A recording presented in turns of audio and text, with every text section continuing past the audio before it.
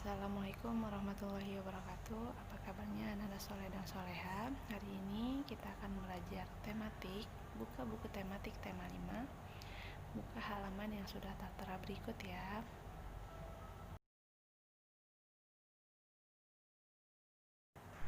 Simak terus videonya karena akan ada penjelasan untuk materi hari ini. Dan di akhir video akan ada tugas dari Bunda. Pangeran Diponegoro. Pangeran Diponegoro berperan besar dalam memimpin Perang Jawa yang terjadi dalam kurun waktu 5 tahun, yaitu pada tahun 1825 hingga 1830. Perang ini berkobar di hampir seluruh daerah di Pulau Jawa dan merupakan salah satu perang terbesar yang pernah terjadi dalam sejarah perjuangan melawan Belanda. Walaupun berakhir dengan kemenangan Belanda, Pangeran Diponegoro sempat membuat Belanda mengalami kesulitan dan kerugian akibat gugurnya ribuan serdadu Belanda. Thomas Matulesi atau yang lebih dikenal dengan Pattimura adalah pahlawan bangsa yang berperan sebagai panglima perang dalam perlawanan rakyat Maluku dengan tentara VOC Belanda. Dengan wibawa dan kepemimpinannya, Pattimura berhasil menyatukan kerajaan Nusantara, tepatnya Ternate dan Tidore, untuk menghadapi penjajah pada tahun 1817. Yang kesembilan yaitu Cut Nyak Dien, merupakan pahlawan nasional perempuan yang berasal dari Aceh.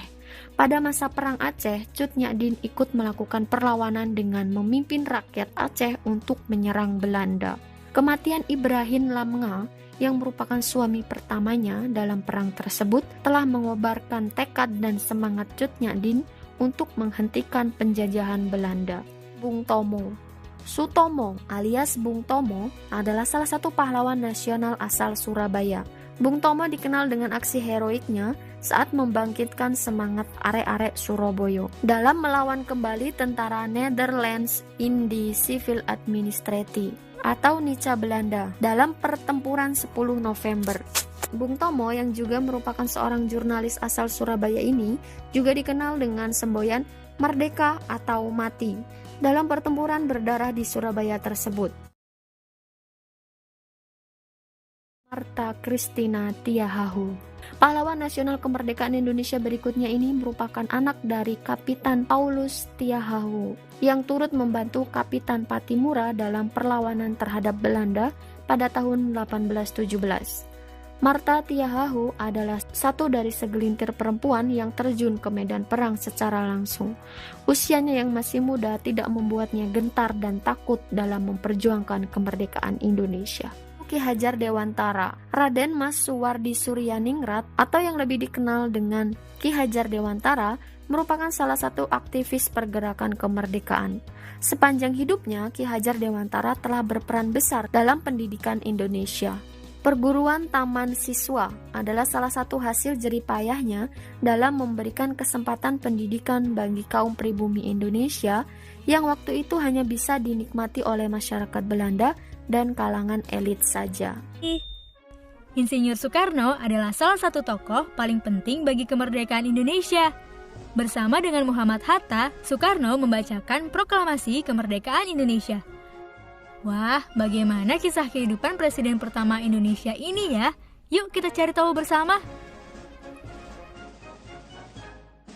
Soekarno lahir di Surabaya pada tanggal 6 Juni 1901. Ayahnya bernama Raden Sukemi Sosrodihardjo dan ibunya bernama Ida Ayu Nyoman Rai. Oh iya, saat lahir, nama yang diberikan kepada Soekarno adalah Kusno. Baru pada usia 11 tahun, nama beliau diubah oleh ayahnya menjadi Soekarno. Masa kecil Soekarno dihabiskan di Tulung Agung dan Mojokerto. Namun pada tahun 1915, Soekarno harus pindah ke Surabaya untuk bersekolah di HBS atau Hoogere Burgerskole. Selama di Surabaya, Soekarno tinggal di rumah Hos Cokro Aminoto, salah satu tokoh organisasi pertama di Indonesia. Nah, di masa inilah jiwa kepemimpinan, wawasan serta nasionalisme Soekarno mulai bertumbuh. Pada tahun 1921, Soekarno melanjutkan sekolah ke Technische Hogeschool te Bandung, atau yang sekarang disebut Institut Teknologi Bandung.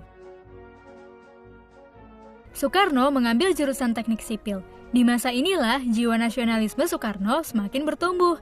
Bahkan bersama para anak muda nasionalis lainnya, Soekarno mendirikan klub kuliah umum bernama Alkemene Studi Club. Klub inilah yang menjadi cikal bakal berdirinya Partai Nasional Indonesia pada tahun 1927.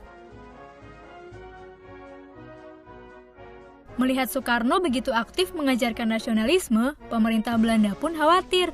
Akibatnya, Soekarno berkali-kali dimasukkan ke dalam penjara. Meski begitu, semangat Soekarno sama sekali tidak padam. Selama di penjara, Soekarno justru memikirkan nasib rakyat Indonesia. Ketika Belanda menyerah dan Jepang mulai menjajah Indonesia, Soekarno pun dibebaskan. Soekarno mulai aktif dalam usaha persiapan kemerdekaan Indonesia. Beliau merumuskan Pancasila, ikut andil dalam merumuskan Undang-Undang Dasar, hingga mempersiapkan naskah proklamasi kemerdekaan Indonesia. Sekian penjelasan untuk materi hari ini. Tugas untuk hari ini pada halaman 97 dan halaman 103. Bunda akhiri, sekian, terima kasih. Wassalamualaikum warahmatullahi wabarakatuh.